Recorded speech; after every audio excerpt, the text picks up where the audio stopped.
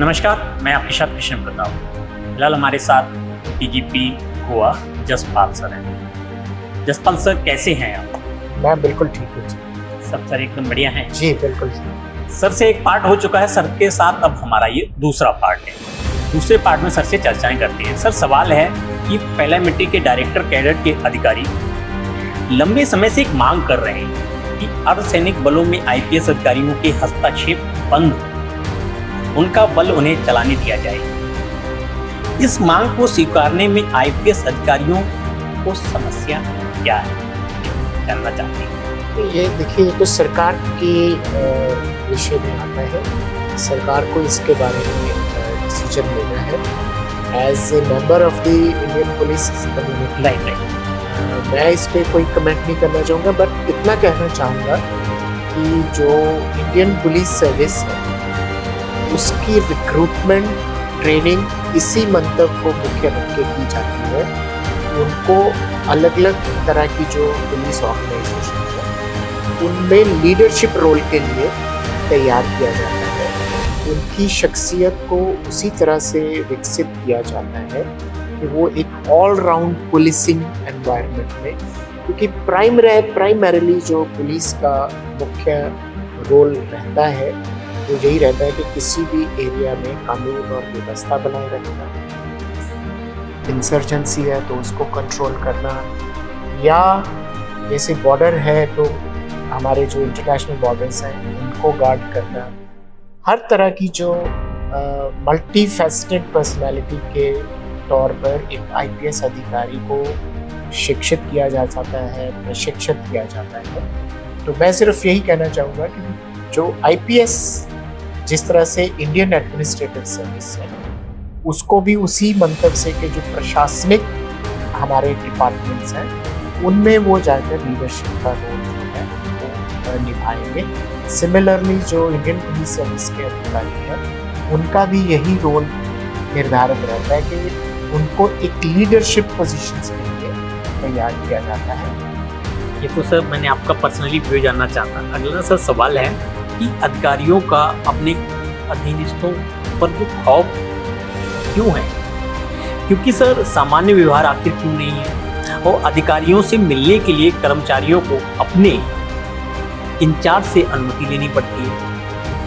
यदि इंचार्ज ही क्रियाकलाप की शिकायत करनी है तो कभी अनुमति मिलेगी अधिकारियों से मिलने का, ये लेकर नहीं देखिए, सबसे पहले तो मैं देखूँगा कि पुलिस एक संस्था के तौर पे एक अनुशासित बल है। अनुशासित बल इसलिए कि राउंड द क्लॉक काम करने वाली सुरक्षा एजेंसी है। इसमें अनुशासन बहुत ज़रूरी होता है कि और कोई ऐसा डिपार्टमेंट नहीं है फायर ब्रिगेड्स को छोड़ के जिसको आप रात के सुबह के 3 बजे, रात के 2 बजे, लेट नाइट जब मार्चिंग का ऑर्डर देते हैं तो आपको मार्च करना पड़ता है। तो अनुशासन जो है वो बहुत ज़रूरी होता है।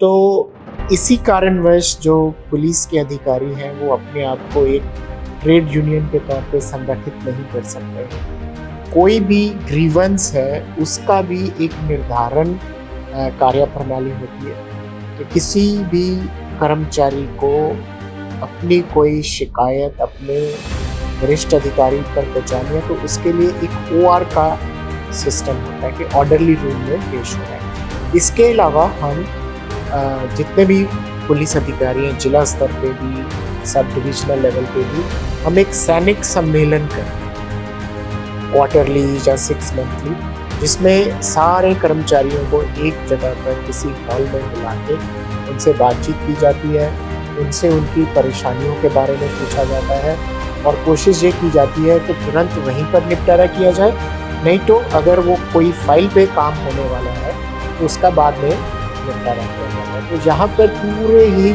सिस्टमेटिक वे में जो ग्रीवेंसेस हैं उनका निर्धारण किया जाता है। आप इस बात के लिए मानते हैं कि ब्रेकर है खत्म हो या ना हो?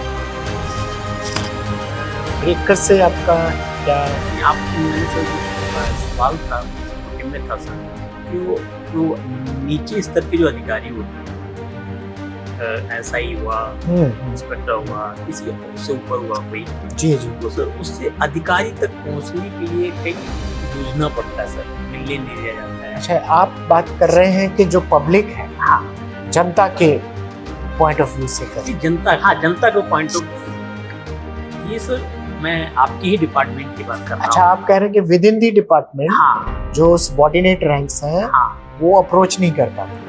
नहीं, उसी चीज का मैंने जवाब दिया है कि आपको वरिष्ठ अधिकारियों को अप्रोच करने के लिए पूरी व्यवस्था निर्धारित है, उस व्यवस्था का इस्तेमाल किया जा सकता है। इसमें सवाल ही नहीं पैदा नहीं होता है कि अगर कोई निम्न स्तर का अधिकारी आपके यहाँ पर अपीयर होने की एप्लीकेशन डालता है और आप उसको समय देना ही पड़ता है, क्योंकि वो एक व्यवस्था है।